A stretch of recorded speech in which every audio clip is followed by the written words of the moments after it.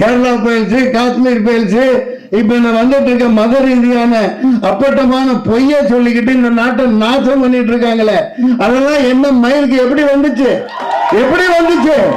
இவன் என்ன தப்பு பண்ணா? என்ன பேசிட்டு இருக்கீங்க? நான் நியாயத்துக்கு குரல் கொடுக்கிறேன். நான் சாதாரண அடிப்படை தர மட்டும் தர லோக்கல் தான், அதை எதிர்க்கிறேன். இந்த சென்சார் ஒரு மயில் வேணாண்டா, மொட்டை குருவா கையில இந்த ஆட்சியே வேணான்னு தூக்கி போடுங்க. உண்மையான வாங்க, 4 பத்திரிகை வாங்க, 4 சொசைட்டியில அந்த ஒரு மத ரீதியான உண்மையான ஆன்மீகவாதி 2 பேர் உட்காருங்க, சினிமாக்காரர் 4 பேர் உட்காரு, ப்ரொடியூசர் 4 பேர் உட்காரு, லிரிக்ஸ் ரைட்டர், இப்படி ஒரு 20 பேர் டீம் வைங்க.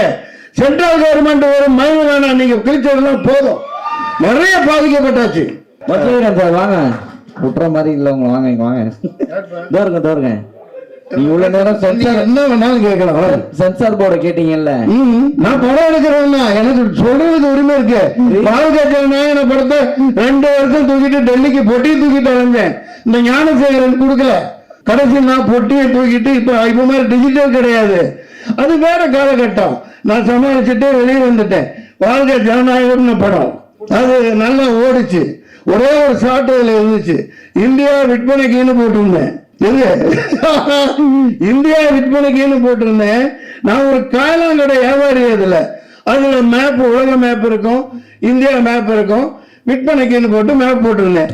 அதை தூக்கினார்னா தூக்க முடியாதுன்னு தக்காளி இப்ப நாட்டை நாசம் பண்ணி இந்தியாவை உண்மையிலேயே வெட்டிட்டு இருக்காங்க. மூஞ்சியை கொண்டு போய் எங்கேயா வச்சுக்கிறது, எல்லாத்தையும் விட்டுட்டாங்க. சரி சார், நம்மெல்லாம் சும்மா.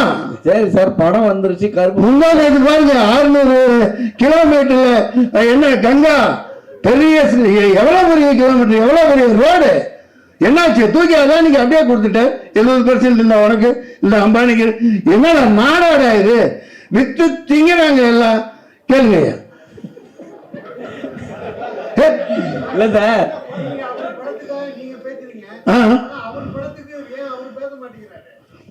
ஒண்ணு புரிஞ்சுக்கீங்க.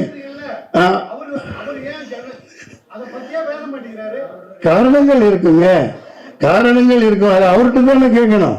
நான் ஒரு சினிமாக்காரனா, என் குடும்பஸ்தனா, எப்ப தேவையோ அப்ப குரல் கொடுக்க வேண்டியது ஒரு ஆனந்தம். நான் எப்போ ரிலீஸ் ஆனா குடும்பத்தோட போய் பார்ப்பேன், இதே தேட்டர்ல பார்ப்பேன்.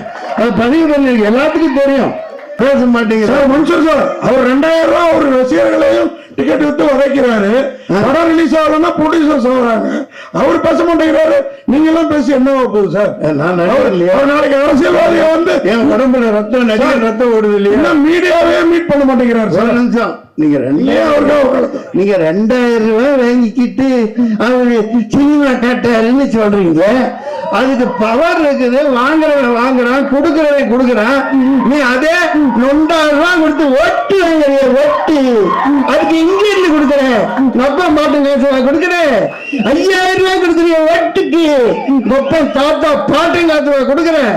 இவன் உழைச்சு சம்பாதிக்கிறான், சம்பாதிச்சு போட்டோம். அதாவது சினிமாவை காப்பாத்த தயாரிப்பாளர் சங்கம், நடிகர் சங்கம், எப்படி பல சங்கங்கள் பேரளவுக்கு தான் இருக்கே தவிர சினிமாவை காப்பாத்துறதுக்கு எதுவுமே இல்லை. இப்போ சென்சார் பாருங்க, இப்போ விஜய் தம்பி படம், அவர் ஒரு மாஸ் ஹீரோ, மாஸ் இது டயத்துக்கு வர முடியல. பொங்கலுக்கு வராமல் பக்ரீத்துக்கு வர முடியும். ஒரு டைம் எப்போ அது சென்சார் எல்லாம் அதுவும் இப்போ சென்ட்ரல் மயமாக்கிட்டா இது ரொம்ப கொடுமை. சென்சாருங்கிறது 4 ப்ரொடியூசர், ஃபைனான்சர் இருக்கணும், டைரக்டர் இருக்கணும், அந்த பாடியில் நடிகர், இந்த சம்பந்தமானவங்களும், சோசியல் ஆக்டிவிட்டி, சமூக சேவைகள், இந்த மாதிரி தான் இருக்கணும். இண்டிபெண்டன்ட் பாடியாக இருக்கணும். இந்த சென்சார், வெங்காயம், இந்த மசாலெல்லாம் இனிமேல் இருக்கக்கூடாதுங்கிறது என்னோட கருத்து. அப்படி இருந்தால் எந்த 2 பாடி இண்டிபெண்ட்டாக செயல்படணும். இந்த தகவலை ஏன் சொல்கிறேன்னா, ஒன்று சென்சார், சென்ட்ரல் கவர்மெண்ட், எந்த கவர்மெண்ட்டும் இருக்கக்கூடாது. இந்த சொசைட்டியை பாதுகாக்கக்கூடிய மக்கள் 10-15 பேர் அதில் இருக்கணும். எந்த அரசு தலையீடும் இருக்கக்கூடாது. அடுத்து இந்த தேர்தல் ஆணையம், அது இண்டிபெண்டா, TN சேஷன் அப்படின்னு ஒரு ஆண்மகன் இருந்த வரைக்கும் அது தேர்தல் ஆணையமாக இருந்தது. அதுக்கப்புறம் கேவலமான மொழ மாதிரிங்கெல்லாம் உட்காந்துட்டு இந்த நாட்டை நாசம் பண்ணுறாங்க.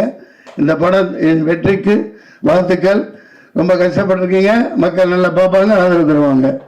அதிக நேரம் எடுத்துக்கிட்டேன், அடுத்த காட்சிக்கு தயாராகுதுன்னு நினைக்கிறேன். டைரக்டர் சார் நீங்க சொன்னீங்க ஹீரோவோட மனசு இங்க இருக்கு அவர் இல்லைன்னு. ஆனா அந்த படத்தோட பப்ளிசிட்டி பிசினஸ் எல்லாமே ஹீரோ வச்சுதான். அவருடைய பொங்கல் விழாவுக்கும் வரல, இன்னைக்கும் வரல. நீங்க வந்திருந்தா உங்களுக்கும் யூஸ்ஃபுல்லா இருக்கும். நீங்களே தயாரிப்பாளரு. இதே மாதிரி அவர் ரஞ்சித் படம் எடுத்து படத்துல நடிக்கிறாரு. இதே மாதிரி வராம இருப்பாரா? ஏன் உங்க படத்துக்கு வரல சார்? உண்மையாவே ஒரு ரஞ்சித் அந்த படத்துல பிஸியா தான் சார் இருக்காரு. நான் அவரு அதாவது நான் அந்த இது சொல்ல முடியாது. அது பெரிய படங்கள் சார், நான் அதை சொல்ல முடியாது. வேட்டுவம் படத்துக்கு அவர் ஆடியோ லான்ச்சுக்கு வராரு, பிரஸ் மீட்டுக்கு வராருன்னு சொல்ல முடியாது. பட் எனக்கு வந்து அவர் இங்க வரல, உண்மைதான். எல்லாருக்கும் தெரியும் இங்க வரல. ஒரு குறையா நீங்க சொல்ல நினைக்காதீங்க. ஆமா, அது எனக்கு நல்ல மனிதர் இருக்கு. அவர் ஒரே வார்த்தை நல்ல நடிகர். ஆனா ஷூட்டிங்ல என்னைக்குமே ஒரு கெட்டப்ல இருக்காருன்னு நினைக்கிறேன். அந்த படத்தோட தோற்றத்துல இருக்காரு, வெளிவரக்கூடாதுன்னு. இல்ல, நீங்க கேட்ட கொஸ்டின் கண்டிப்பா 100% உண்மை. வேட்டுவம் படத்துக்கு அவர் வராம இருப்பாரா, ஆடியோ லான்ச்சுக்கு பிரஸ் மீட்டுங்கிறது நீங்க கேட்கறது 100% உண்மை. கண்டிப்பா அது வேற, அந்த டாபிக் வேற. பட் இப்போ வந்து டிஸ்டர்ப் பண்ணாதீங்க. அவர் நல்ல மனிதர். அவர் இங்க வரல, அவரோட மனசு இங்க இருக்கும். ஒன்றும் பிரச்சனை இல்லை சார். சார், இந்த படம் எடுக்கும்போது டோரா படம் என்ன பாக்குறீங்களா? ஓகே, டோரா படம் நம்ம நயன்தாரா நடிச்சாங்க. ஆமா ஆமா சார். அதுல வந்து அந்த காருக்கு வந்து ஆவி இருக்காங்க, ஆவி நாயா இருக்கும். ஆமா, இது வந்து மாடா இருக்கு. இது எப்படி நாங்க ஏத்துக்கிறது?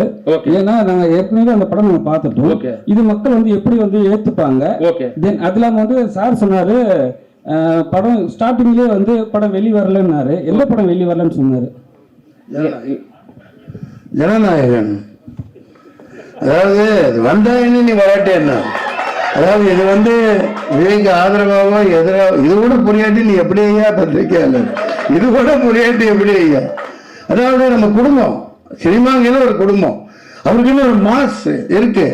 அதுல அரசியல் இல்ல ஏன் புரியலன்னா, எடுத்த உடனே வந்த உடனே பேசும்போது என்ன சொன்னீங்கன்னா, படத்துக்காக இந்த படத்தை பத்தி பேச வந்துட்டு அந்த படத்தை ஏன் பேசுனீங்க? அதுக்காக எனக்கு புரியல. படத்தை மொத்தமா பார்த்தேன் இல்லையா, இவர்பட்ட வேதனைகள். ஒரு படம் இந்த டயத்துக்கு வரணும். அதான் என்ன பிரியாணின்னா அன்னைக்கு சாப்பிடணும், ஃப்ரிட்ஜில் வச்சு 4 நாள் கழிச்சு சாப்பிட்றது பிரியாணி இல்லை. அந்த மாதிரி அது மிகப்பெரிய கொடுமை. அந்த மாதிரிலாம் இனிமேல் இருக்கக்கூடாதுன்னா ஒரு சரியான கேர்ஜி மாதிரி, ஒரு ஆத்தர் மாதிரி, ஒரு சரியான ப்ரொடியூசர் கவுன்சில் ஒரு ஆள் இருக்கணும். அதேமாதிரி எல்லாம் நல்லா இருக்கும், யாரையும் குறை சொல்றதுக்கு இல்லை. இது மிகப்பெரிய வேதனை. அதோட மாஸ் ஹீரோ என்ன அரசியல் நடக்குன்னு தெரியல. கோட்டுங்கிறான், அங்கங்கிறான், மறுபடிங்கிறான், ஆர்டருங்கிறான். என்னடா நடக்குது இந்த நாட்டில்? என்ன யாரா இருந்தாலும் சரி, சினிமாவில் இந்த குடும்பம் அந்த இதுக்கு ஒருத்தர் பாதிக்கப்படக்கூடாது.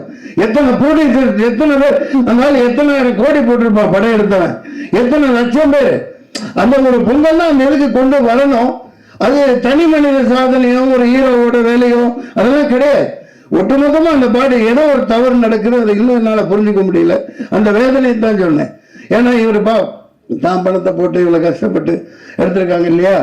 அதனால இந்த சினிமாவை நம்பித்தான் நம்ம பிரஸ் எல்லாமே இருக்கும். அதனால அதெல்லாம் கலையணும்னா உண்மையான கருப்பன்கள், உண்மையான ஒரு ஆர்வலர், இந்த நாட்டை நேசிக்கிறவங்க வரணும். சார், மன்சூர் சார் படம் முழுக்க இங்கேயும் சாப்பாடை பத்தி தான் பேசுறாரு. படம் முழுக்க சாப்பாடு சீன் வச்சதுக்கு காரணம் இந்த மாதிரி எதுவும் பேசக்கூடாதுங்கிறதுக்காக, இந்த மாதிரி எதுவும் பேசக்கூடாதுங்கிறதுக்காக தான் சாப்பாடு சீனா இல்ல சார். அவரு அது சாப்பிடும் போது அழகா இருக்காரு. ஏன்னா அவரு நம்ம நிறைய பெரிய டைரக்டர் லோகேஷ் கனகராஜ் சார் எல்லாம் சொல்லுவாங்க, அவரு சாப்பிட்டாலே ஒரு அழகுன்னுவாங்க. அதனால அவர் சாப்பிட வச்சது கண்டிப்பா அது கதை காலத்துக்கு நீங்க படம் பாத்தீங்க இல்லையா. சாப்பிடறவெல்லாம் கிடையாது, சாப்பிடுற மாதிரி நடிக்கிறது தான். அந்த காலம் எல்லாம் போயிடுச்சு. நான் வெஜிடேரியனா மாறிட்டப்ப அதிகமா சாப்பிட முடியறது இல்ல. படத்துல அது ஓகே சார். நீங்க சொல்றீங்க சினிமா ஒரு குடும்பம், ஒரு படம் வெளியில வரல, நம்ம சட்டத்துக்கு புறம்பான கருத்து இருந்தா படத்தை சென்சார் நிறுத்தி வைக்கிறதுல என்ன தப்பு இருக்கு சார்? இப்ப இந்த படத்தை இல்லையா? சொல்ல போனா சொல்லுவேன், இது வேற மாதிரி போயிடும். கேரளா போயிடுச்சு, காஷ்மீர் போயிடுச்சு.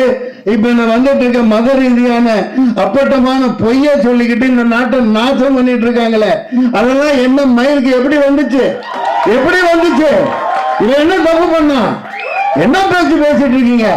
நான் நியாயத்துக்கு குரல் கொடுக்கிறேன். நான் சாதாரண அடிப்படை தரம் மட்டும் தர லோக்கல் தான், அதைத்தான் அதை எதிர்க்கிறேன். இந்த சென்சார் ஒரு மயில் வேணாண்டா, முட்டை குருவா கையில இந்த ஆட்சியே வேணான்னு தூக்கி போடுங்க. உண்மையான வருவாங்க, 4 பத்திரிகை வாங்க, 4 சொசைட்டியில் அந்த ஒரு மத ரீதியான உண்மையான ஆன்மீகவாதி 2 பேர் உட்காருங்க, சினிமாக்காரன் 4 பேர் உட்காரு, ப்ரொடியூசர் 4 பேர் உட்காரு, லிரிக்ஸ் ரைட்டர், இப்படி ஒரு 20 பேர் டீம் வைங்க. சென்ட்ரல் கவர்மெண்ட் ஒரு மயில் வேணாம், நீங்க கிழிச்சதெல்லாம் போதும். நிறைய பாதிக்கப்பட்டாச்சு. நன்றி, வணக்கம் சார்.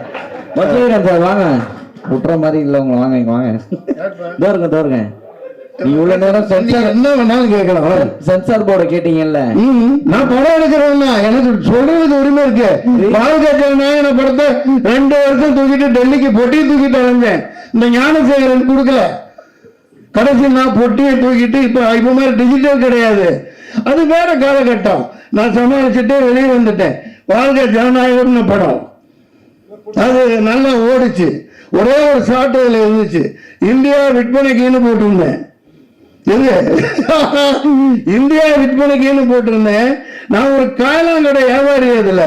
அதுல மேப், உலக மேப் இருக்கும், இந்தியா மேப் இருக்கும், விற்பனைக்குன்னு போட்டு மேப் போட்டிருந்தேன். அதை தூக்கினார்னா தூக்க முடியாதுன்னு தக்காளி இப்ப நாட்டை நாசம் பண்ணி இந்தியாவை உண்மையிலே வெட்டிட்டு இருக்காங்க. மூஞ்சியை கொண்டு போய் எங்கேயா வச்சுக்கிறது, எல்லாத்தையும் விட்டுட்டாங்க. சரி சார், நம்மெல்லாம் சும்மா. சரி சார், படம் வந்துருச்சு. கருப்பு முன்னாடி பாருங்க, 600 கிலோமீட்டர்ல என்ன கங்கா பெரிய, எவ்வளவு பெரிய கிலோமீட்டர், எவ்வளவு பெரிய ரோடு. என்னாச்சு? தூக்கி அதான் நீங்க அப்படியே கொடுத்துட்டேன். 70% இந்த உனக்கு, இந்த அம்பானிக்கு. என்னடா நாடாடா இது? வித்து திங்கிறாங்க எல்லாம். கேளுங்க. இல்ல சார்,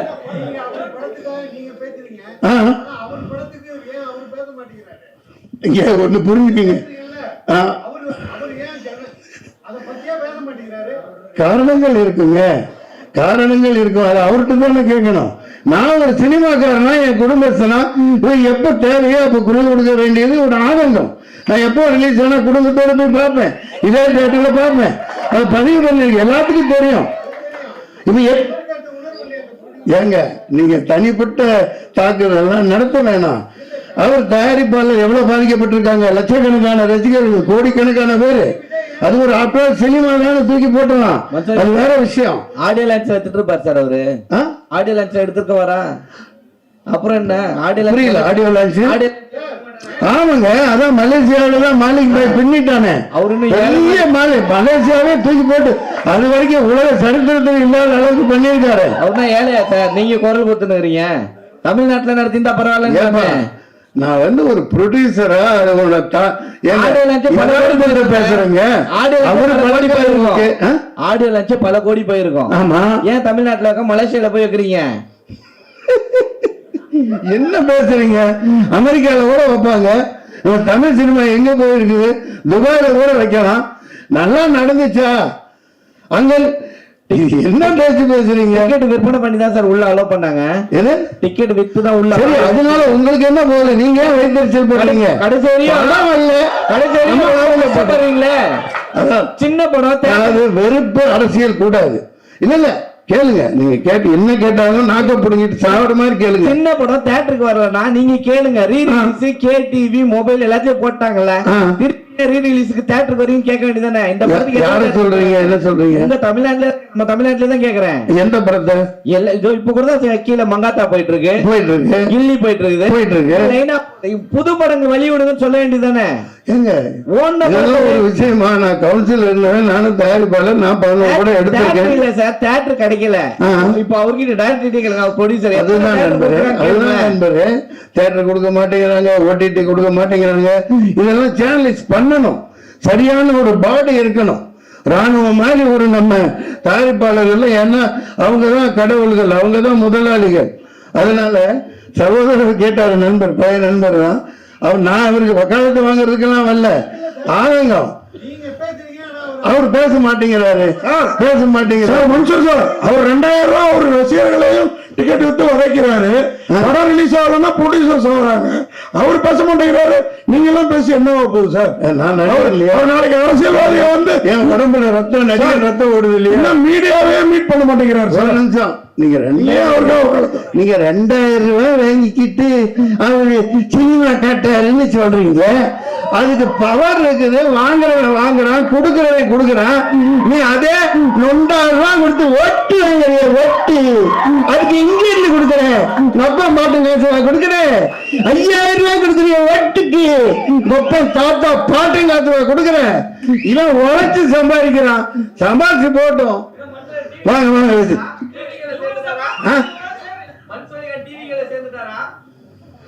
சில்லித்தனமா கேட்க கூடாது.